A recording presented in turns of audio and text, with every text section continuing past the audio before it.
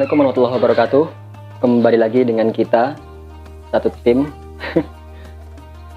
Kali ini kita akan bahas tentang bagaimana cara mensucikan lantai yang najis dengan cukup menggunakan satu kain. Sebelum kita mulai, alangkah indahnya jika akun ini di-report sehingga tidak bisa bikin konten lagi ke depannya jika menyesatkan. Tapi jika bermanfaat, alangkah eloknya untuk di-subscribe agar supaya konten-konten berikutnya lebih bermanfaat. Terima kasih. Kita di sini adalah makhluk sosial. Kita ini hidup tidak sendirian. Kita punya teman, kita punya keluarga, atau mungkin kita punya keluarga sendiri. Istri, punya anak. Seringkali kita jalani hidup ini mesti dihadapkan dengan situasi-situasi yang tidak kita inginkan. Misal kita bujang, entah itu ada burung mengeluarkan tainya, pipis, atau saat berumah tangga seperti saya, punya anak kecil yang cantiknya luar biasa, doakan soleha. Proses belajar, dan tidak jarang pipis sembarangan. Nah ini sekarang kita akan bahas bagaimana mensucikan lantai cukup dengan satu kain. Karena banyak sekali kejadian-kejadian, terutama di perusahaan-perusahaan yang menggaji karyawannya khusus untuk kebersihan. Yang bahasa Inggrisnya itu office boy. Dan sangat disayangkan ketika ada perusahaan yang merekrut karyawan office boy sembarangan. Padahal itu sangat penting.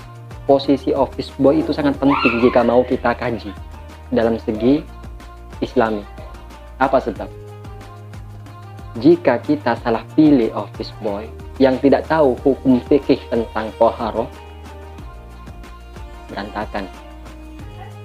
Lantai musola dipel, sisanya toilet. Habis dari toilet, pakai alat pel, bersihkan toilet, lalu pakai bak, cemplungkan ke bak sisanya toilet. Dengan itu pula dia ngepel di musola. Ini berantakan dari segi fikih toharoh.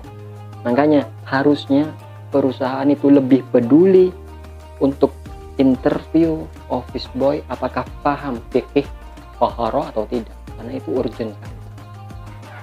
Lah, banyak kejadian-kejadian sama seperti menggunakan alat pel, seperti sapu itu yang bawahnya ada alat pel. Singkatnya kita pakai kain. Kita contoh, kita pakai kain, lalu ada gayung membersihkan najis. Kain pel ini masukkan ke gayung, ya kan? Setelah itu buat najisnya dimasukkan ke gayungnya, diperes, dilap lagi. Itu salah, karena itu najis. Pel pertama kali yang dilap ke lantai yang najis, dimasukkan ke gayung yang airnya tergenang, lalu diperes, dikremes, dan dibuat lap lagi. Lah, lap yang kedua ini najis. Ketika ditempelkan ke lantai, lantainya najis. Nah, ini kesalahan. Maka yang benar bagaimana? Orang-orang tua saya dulu luar biasa. Fikih toharohnya luar biasa. Pendidikan tentang fikihnya luar biasa, dan saya mengamati. Ternyata orang tua dulu itu ketika membilas lantai yang najis itu cukup dengan satu kain.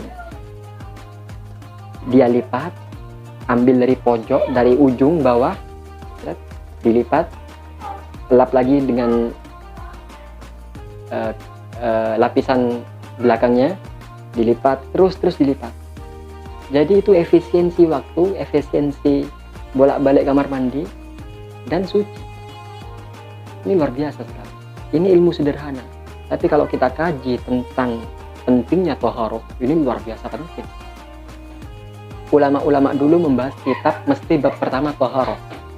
Karena ibadah apapun, kalau tidak suci badan kita, tidak sah, mas.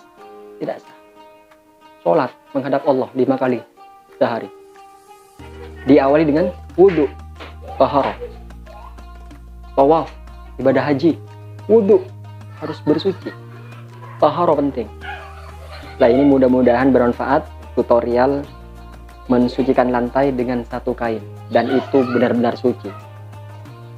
Terima kasih, mudah-mudahanlah bermanfaat. Assalamualaikum.